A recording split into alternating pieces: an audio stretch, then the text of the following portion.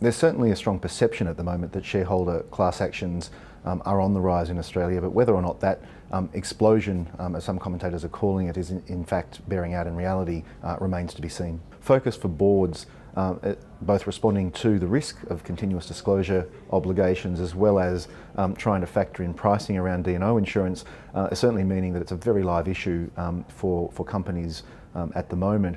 Whether or not there has been an explosion of class actions in this space remains to be seen. Certainly on a pro rata basis compared to other common law jurisdictions, I don't think there is the suggestion that there has been that explosion in Australia, as a number of commentators have put into the marketplace. But I think what we are seeing is more and more sophistication around shareholder class actions, both from law firms, plaintiff law firms, as well as from funders who have come into the market, and certainly making it very much a live issue for organisations at the moment.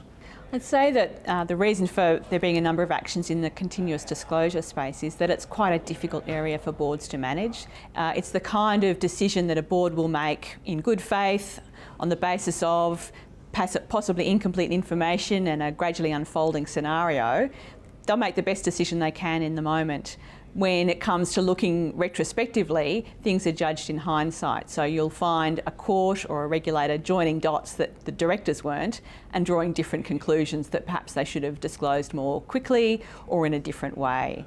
And once you're in that position, from a director's point of view, the threshold's fairly low of making a claim. So it's not about whether you were dishonest, whether you were negligent. It's simply, should you have disclosed and you didn't? And so it's a binary outcome for you as a board.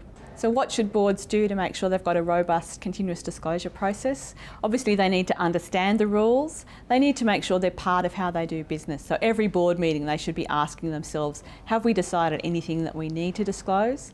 They need to have processes in place, so have a designated subcommittee, for example, that can respond to matters quickly, get a trading halt underway so that they've got time to then get the whole board involved and issue a statement that's going to be clear to the market and explain exactly what's going on.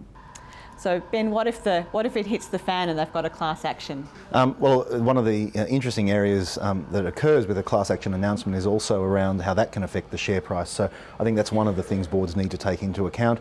Having robust discussions about how they're going to manage that internally, what other disclosures need to be made, as well as starting to think around reputational risk and how they can manage that from a public relations perspective. Having a media strategy in place is certainly going to be an important consequence of that. And then starting to look at some of the areas that are certainly hot topics in the class action area around both common fund orders and the opposition to those that we're seeing, as well as in relation to competing class actions, working out whether or not there is an ability to try and stay some of the proceedings if there are competing class actions against a company.